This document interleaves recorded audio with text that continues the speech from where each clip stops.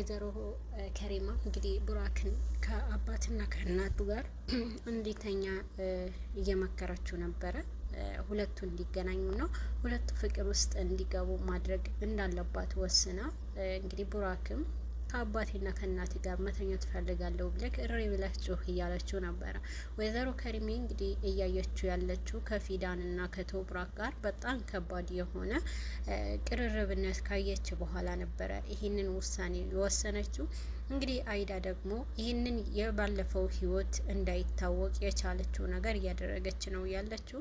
የወይዘሮ ሀሊዴ ልጅ ደግሞ አሊ ወደ ቤት ተመልሷል። ነገር ግን ቶብራክንም ባየው ሰዓት ቶብራክን በሰላምታ ለማናገር ቢሞክርም ቶብራክ ደግሞ የባለፈው ህይወቱ አለማስታወሱ ትዝ ይለዋል። ቶብራክም አልደነገጠም፣ ምንም ስሜት ውስጥ አልገባው ነበረ። ፊዳን ደግሞ የዲኤንኤ ውጤት እንግዲህ ለማስመርመር ወስናለች። ይህንን ደግሞ ለማድረግ የወሰነችበትን መንገድ እንግዲህ ሁሉንም ደርሳበታለች። ወይዘሮ ሀይልዴ የበፊቱ ህይወቷ እንግዲህ በደንብ ጠንቅቃ ስላወቀች ሁሉንም ነገር እንዴት አድርጌ ማስተካከል እችላለሁ እያለች ነበረ። ወይዘሮ ሀሊዴ አሁን ላይ እንግዲህ ፊዳንም አንድ በአንድ እየተከታተለቻት ትገኛለች። ወይዘሮ ሀሊዴ ሁሉንም የበፊት የቶብራክና የፊዳንም የህይወት ታሪካቸው አንድ በአንድ ብታውቅም ግን ደግሞ እንግዲህ ወይዘሮ ከሪማም ያስተካከለች በሷ ላይ በጣም ከባድ የሆነ ማስጠንቀቂያ ስለሰጠቻት እና ደግሞ እንግዲህ ለእሷና ለቶብራክ እና ለፊዳንም ከባድ የሆነ መጥፎ ነገር ይፈጠርባቸዋል በማለት ፈርታለች። ቢሆንም ፊዳን ደግሞ አሁን ቆርጣለች። ከጓደኛዋ ጋር በስልክ ስታወራ ነበረ።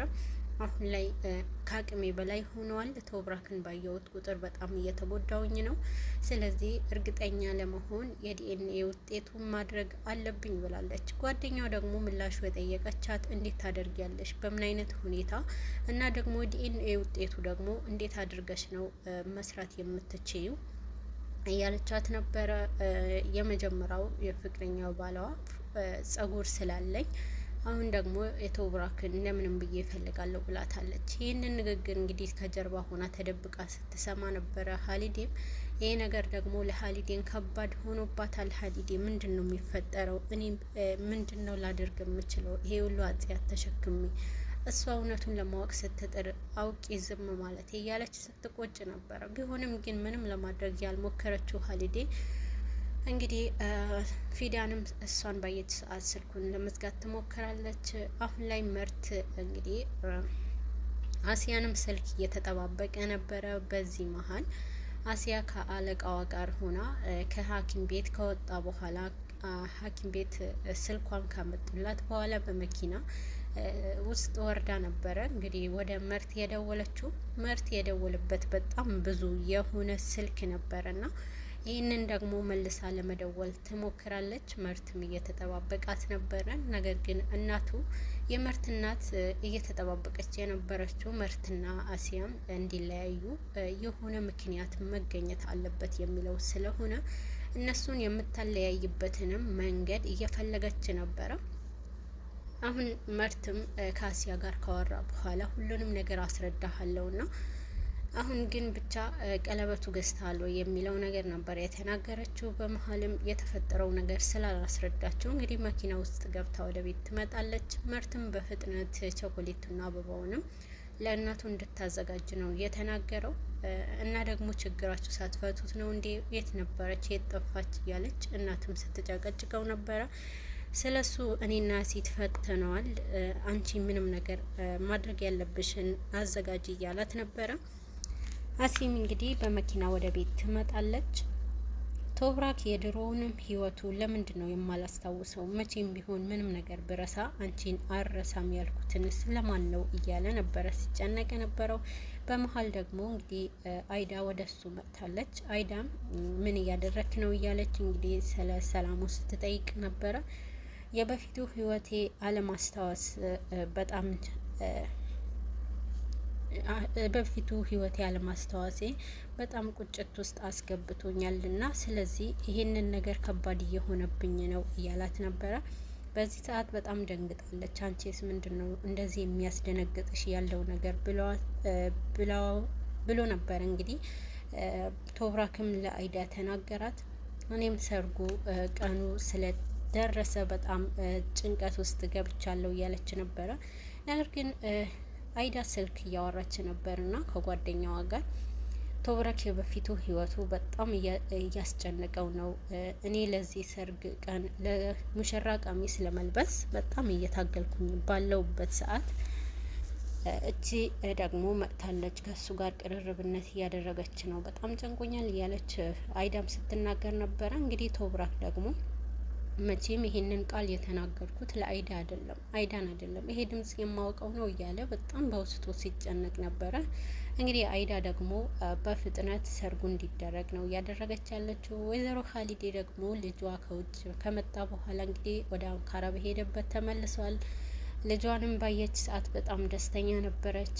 በዚህ ጊዜ ወይዘሮ ኻሊዴ የልጇ መምጣት አስመልክታ እንግዲህ ሁሉንም ዝግጅት አድርጋ ጠብቀዋለች። አሊ ከመጣ በኋላ እንግዲህ ፊዳንም አይተዋታል። ፊዳን ባየ ሰዓት እሱም ደንግጧል። እንግዲህ አሊም ከእናቱም ጨምሮ የበፊቱ የቶብራክና የፊዳንንም ህይወት ስላወቀ እንዴት አድርጎ ባያት ሰዓት በጣም ድንጋጤ ውስጥ ገብቷል ማለት ነው። እማዬ ብሎ እንግዲህ ለእናቱ ጠይቋታል። እሷ ናት አይደለ እንዴ እዚህ ምን ታደርጋለች ብሎ ጠይቋታል። እንግዲህ እሱ ቡራክ ነው እዚህ እንድትኖር እሷን እንድትሰራለት እሷን እንድትንከባከበው ቡራክ ስለመረጠ እዚህ ሆናለች እና የአሁኑ ህይወቷ ምንም ነገር እሷም አታቅም እያለች ነበር ለአሊያ ተስረዳችሁ። ግን እማዬ ይሄ ነገር ለነሱ ጥሩ አይደለም። ይህንን ታሪክ ደግሞ አስበሽዋል? አሁን ላይ ቶብራክና ፊዳንም የተደረጉትንም የበፊቱ ወይዘሮ ከሪማ ምን እንደምታደርግ ታውቂያለሽ። እሷ በህይወት እንድትኖር አታደርጋትም እና አይዳና ወይዘሮ ከሪሜም የሚያደርጉት በጣም ከባድ የሆነ መጥፎ ነገራቸውንም ታውቂያለሽ። ልጅቷን ሊገሏት ይችላሉ እያለ እንግዲህ አሊ እንደፈራ ይነግራታል። ልጄ እኔን ከኃጢአት ጋር መኖር በጣም ሰልችቶኛል እያለች ነበረ ወይዘሮ ከሪሜም እና ደግሞ እንግዲህ ወይዘሮ ኻሊዴ ከድብቅ ሆና የሰማችው ነገር እና ደግሞ አንድ ነገር እያሰበች ነው። የዲኤንኤ ውጤት እሷም ጠርጥራለች እና ከቶብራክ ጋር የሆነ ነገር ጥርጣሬ ውስጥ ገብታለች። ዲኤንኤ ውጤት ለማስመርመር እየሞከረች ነው እና ስለዚህ ለዚህ ነገር በጣም ከብዶኛል እያለች ትናገራለች። እንግዲህ አሊ ደግሞ ይሄ ነገር ከተፈጠረ በጣም ከባድ ነው የሚሆነው፣ እኛ አንድ ነገር ማድረግ አለብን ብሏል። ወይዘሮ ኻሊዴ በጭራሽ እኛ የተፈጠረው ይፈጠር እንጂ እኛ ካሁን በኋላ ምንም አናደርግም ብላለች። እንግዲህ ፊዳንም አሁን ላይ የቶብራክ ክፍል ገብታ ጸጉር ስትፈልግ ነበረ፣ አልተሳካላትም። እንግዲህ ፊዳን በመሀልም አይዳ ደርሳባታለች። እዚህ ክፍል ለምን ገብተሻል እያለቻት ነበረ። ልብስም ያልጋ ልብስ ለመቀየር እንደገባች ብትነግራትም አንቺ ስራሽን ቡራክ መንከባከብ እንጂ እዚህ ክፍል ያለ ቦታሽ ለምን ትገኛለሽ እያለቻት ነበረ። በዛ ላይ እንግዲህ አይዳ ሁሉንም ነገር ስለምታው ቶብራክ ክፍል መግባቷ በጣም አናዷት ነበረ። ካሁን በኋላ እንዳትገቢ በማለት ነበረ በፍጥነት አስጨንቃት እንድትወጣ ታደርጋታለች። እንግዲህ ፊዳንም እዛ ውስጥ በሆነችበት ሰዓት የቶብራክንም ትራስ እያሸተተች ነበርና በጣም ፍቅር ውስጥ ሆና ነበረ ስትመለከት የነበረችው። ቶብራክንም ለስካሁኑ ድረስ እየጠበቀችው፣ ነገር ግን ከሱ ጋር ትንሽም እንኳን ግንኙነት አለመኖሩ አስጨንቋታል። እንግዲህ ፊዳን አሁን ላይ ምንም እንኳን ባይሳካላትም ጓደኛዋ ሰራተኛዋ እንግዲህ የአቶ ቶብራክ ጸጉር ማበጠሪያ እየፈለገች ነበርና ለሷ ልካት አለች። እሷ ደግሞ እንግዲህ አልተገኘችም። እሱን ለመፈለግ ከሄደችበት አቶ ቶብራክ ክፍል ደግሞ ቡና ማድረስ እንዳለባትና ልጅቷም እንደሌለች እንግዲህ ለፊዳን ትነግራታለች። ኻሊዴ በዚህ ሰዓት ወደ አቶ ቶብራክ እኔ ማደርሰዋለሁ እያለች ነበረ። ፊዳንም በአጋጣሚውም የአቶ ቶብራክ የሆነ ጸጉር ናሙና አገኛለሁ የሚለው ነገር ይዛ ወደዛ ታመራለች። ነገር ግን እንግዲህ ወደዛ ክፍል ከገባች በኋላ አቶ ቶብራክም ሁሉንም ነገር እሱም ቡና ከሰጠችው በኋላ እንግዲህ ከጸጉሩ ከኋላ ሆና የሆነ ነገር ለመውሰድ ትሞክራለች። ግን ደግሞ አቶ ቶብራክ የሆነ ነገር እንደከበደው ብሎ ዞር ይላል ማለት ነው። በዚህ መሀል አልተሳካላትም። እንግዲህ ሰራተኛዋ አሁን ላይ የጸጉር ናሙናውንም ይዘሽ ነይ ካለቻት በኋላ ማለት የጸጉር ናሙናው ሳይሆን ማበጠሪያውንም እሱንም ለመፈለግ እንደሄደች ሀሊዴ ትደርስበታለች። እንዴት አደርጊያለሽ? ለእኔም እንደነገርሽኝ ለፊዳን እንዳትነግሪያት ትላታለች። እንግዲህ ፊዳንም ሁሉንም ነገር አስጠንቅቃት ነበረች። ምርትም እንግዲህ ከእናቱና ከአጎቱ ጋር ተሰባስቦ አሲን ለመጠየቅ ወደዛው መጥተዋል ማለት ነው። ቢሆንም ግን እንግዲህ አሲ መኪና ውስጥ ከአለቃዋ ጋር ሆና ወደ ቤት ስትመለስ ቸኮሌትና አበባ ይዘው ከመጡ በኋላ ያንን ሲያዩ ሁሉንም ነገር እንግዲህ ይደርሱበታል ማለት ነው። በመኪና ውስጥ ሆና ስትወጣ ምርት ያያታል። በዚህ ጊዜ እጇንም ይዞ እያመሰገናት ባለ ሰዓት ምርት ፊት ለፊት እንግዲህ ከሌላ ሰው ጋር እጅ ለእጅ ተያይዛ ሲያያት በጣም ይደነግጣል።